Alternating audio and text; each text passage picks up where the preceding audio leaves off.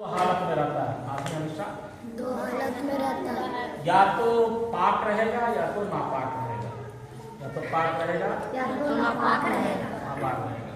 ठीक है, तो एक मुसलमान को नापाक नहीं रहना है कभी भी, हमेशा पाक साफ रहना है, हमेशा पाक साफ रहना है। और अगर कभी इंसान नापाक हो जाए तो फौरन नहा ले और पाकी हासिल कर ले, पाकी हासिल कर ले। गुस्ल कर ले, नहा ले। और ये बातें पहले बता चुके हैं कि गुस्ल में कई बातें फर्ज हैं। गुस्ल में कितनी बातें फर्ज हैं? तीन बातें। याद है किसी को? बताओ तो। गुस्ल में कितनी बातें फर्ज हैं? तीन बातें। क्या क्या बता चुके? नहाने में तीन बातें फर्ज हैं, फिर एक बार दोहरा देते हैं। क्या है? तीन बातें फर्ज। कुल्ली करना फर्ज बता रहे हैं, नहाने का तरीका नहीं बता रहे, सिर्फ फर्ज बता रहे हैं। कुल्ली करना, कुल्ली करना, ये पहला क्या है? कुल्ली करना। दूसरा क्या है? नाक में पानी लेना, नाक में पानी लेना। अब उलट करके नहीं डाल देना एक लोटा, मतलब पार हो जाएगा। हाथ में लेना, चुल्लू में पानी लेना और नाक में डालना है और बाएं हाथ से सफाई करनी है। ठीक है, नर्म हड्डी पर नर्म। अब इसको खींच नहीं लेना है, खींचना भी नहीं, बस पानी बाहर जितना चला जाए फिर अपने गिर जाएगा। ठीक है, इसलिए कि नाक बहुत नाजुक है, अंदर पानी जाएगा, सर दर्द होगा, बहुत तरह की बीमारियां हो जाएगी। नाक में पानी डालना है। आमतौर पर जिस तरफ चुल्लों में पानी दिया तो मारना। ठीक है, 3 मिनट मारना। तो कुल्ली करना, नाक में पानी डालना और पूरे बदन पर पानी डालना। 3 फर्ज। क्या क्या? ये करना, नाक में पानी डालना, फिर पूरा बदन धोना। ये 3 बातें गुस्ल में फर्ज है। गुस्ल किसे कहते हैं? नहाने को। गुस्ल किसे कहते हैं? नहाने को। तो हमेशा क्या रहना चाहिए? किस तरह रहना चाहिए? पाक रहना चाहिए, नापाक नहीं रहना है। अगर कभी नापाक हो जाओ तो फौरन क्या करो? गुस्ल कर लो, नहा लो। और गुस्ल के फराइज अदा करना जरूरी है। अगर कोई आदमी नापाक हो गया, गुस्ल के फराइज अदा नहीं किया तो 7 समंदर में भी नहा ले फिर भी वो पाकी हासिल नहीं करेगा, वो पाक नहीं हो सकता। ठीक है, नाक में पानी पहुंचाना जरूरी है, नाक में पानी पहुंचाना जरूरी है। जब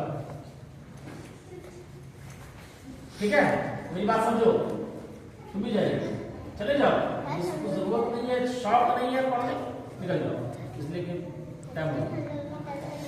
तो 3 बातें फर्ज है। क्या क्या? नाक में कुल्ली करना, नाक याद हो जाए, बोलो जल्दी जल्दी बोलो। नाक में पानी लेना, बदन धोना। कुल्ली करना, नाक में पानी। तो आगे बता रहे हैं। ठीक है, नहाने का तरीका इससे पहले हम बता चुके हैं। तो जब आदमी नापाक हो जाए तो फौरन वो गुस्ल कर ले, नहा ले, पाक साफ रहे, पाक साफ रहे। और हदीस पाक में आया कि पाकी पाकी ये आधा ईमान है। क्या बताया? पाकी आधा ईमान, ये पाक साफ रहने का है, ये आधा ईमान है। ठीक है, पाकी की कितनी अहमियत है अंदाजा करो कि क्या इसको बोलन मुड़िया हटा दो। पाकी आधा ईमान है। अब देखो, जो आदमी नापाक है, जो आदमी नापाक है वो कुरान नहीं पढ़ सकता। कुरान पढ़ना हराम है। अगर जब तुमको कुरान याद है, याद है, लेकिन नापाकी हालत में कुरान पढ़ना हराम है।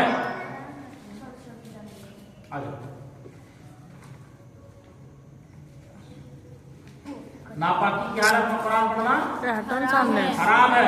कुरान का छूना भी हराम है। कुरान का छूना क्या क्या बोले?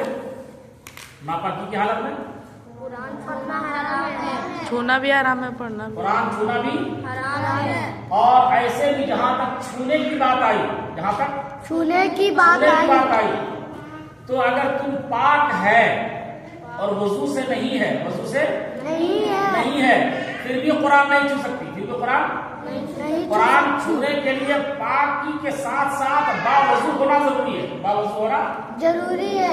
यानी वजू के साथ होना भी जरूरी है। जरूरी है। तो नापाक अगर आप है तो ना कुरान पढ़ सकते हैं ना तो कुरान छू सकते हैं, कुरान छू भी नहीं सकते।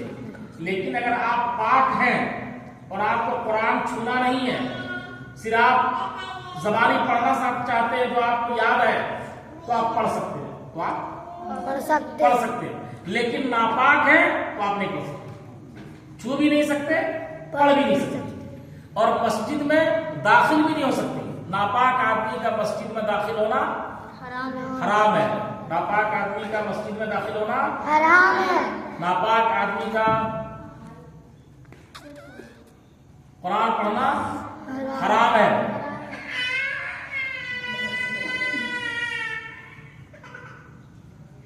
तो हुजूर नहीं सुनेंगे, चलो हो गया, ठीक है। अब देखो क्या दिया हुआ है कि जिस पर गुस्ल फर्ज हो उसे मस्जिद के उस हिस्सा में जाना हराम है जो दाखिले मस्जिद है, यानी नमाज के लिए बनाया गया है, और वो हिस्सा के जो फनाए मस्जिद है, यानी इस्तिंजा खाना। मस्जिद के बगल में होता है इस्तिंजा खाना, उसूल खाना भी होगा, इस्तिंजा खाना भी होगा, वजू वगैरह बनाने के लिए होगा। तो मस्जिद के बाहर है, एक होता है खारिज मस्जिद, एक होता है दाखिले मस्जिद। तो खारिज मस्जिद, मस्जिद का एरिया तो है, लेकिन वो मस्जिद नमाज पढ़ने के लिए वो जगह नहीं है, नमाज पढ़ने के लिए जगह नहीं है। इस्तिंजा खाना वहां पर है, इस्तिंजा खाना है, वजू खाना है, तो वहां तक आप जा सकते हैं। लेकिन जहां से नमाज पढ़ने के लिए जगह बनाई गई है, जहां से नमाज पढ़ने के लिए जगह बनाई है, एकदम आसान लफ्जों में समझा रहे हैं। एक होता है फनाए मस्जिद, ठीक है, एक होता है दाखिले मस्जिद। तो दाखिले मस्जिद वो है जहां से नमाज पढ़ने के लिए स्टार्ट बनाया गया, और फनाए मस्जिद वो है जहां पर इस्तिंजा खाना वगैरह है, तो वहां पर एक नापाक आदमी जा सकता है। लेकिन जहां से नमाज पढ़ने के लिए बनाया गया दाखिले मस्जिद जो है, वहां पर नहीं जा सकता। तो ना कुरान छू सकता है, ना कुरान पढ़ सकता है, और ना मस्जिद दाखिल हो सकता है, ठीक है।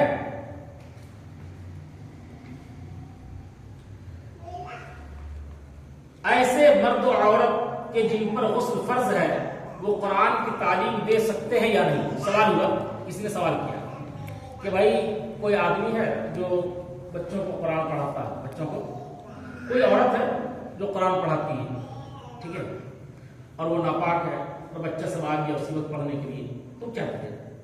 बच्चों को पढ़ाएगा या नहीं पढ़ाएगा, ठीक है। तो ऐसे मर्द औरत के जिन पर गुस्ल फर्ज है वो कुरान की तालीम दे सकते हैं या नहीं। तो बताया जा रहा है ऐसे लोगों के लिए, ऐसे लोग एक एक कलमा सांस तोड़ तोड़ कर पढ़ा सकते हैं, और हिज्जे कराने में कोई हर्ज नहीं, यानी रवा तौर पर नहीं पढ़ सकते, रवा तौर पर नहीं पढ़ सकते। पहली बात तो यह है कि कोई पढ़ाना ही नहीं, आप पाक साफ हो जाइए,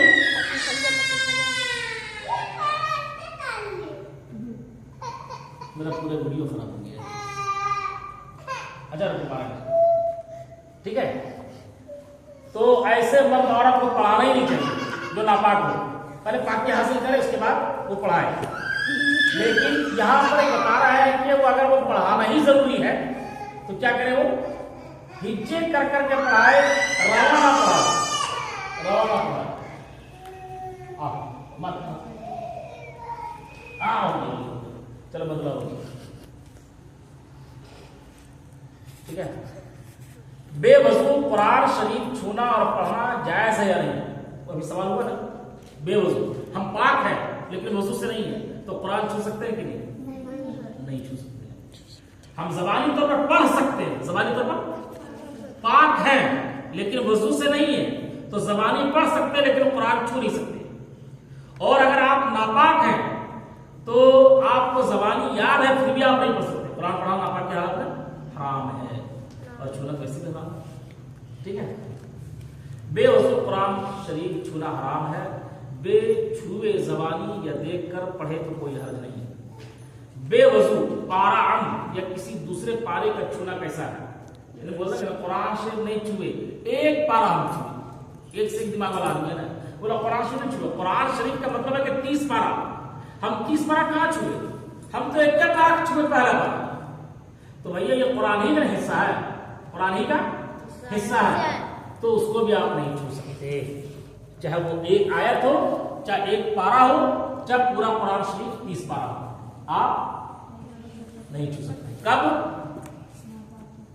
नापाकी हालत में तो छूना ही नहीं है, वो तो हराम है ही है। बेवजू आप पाक हैं लेकिन बेवजू है, वजू से नहीं है, तो उस हालत में भी छूना हराम है। सुना पाएंगे बस, Now keep sending it. ठीक है, चलो।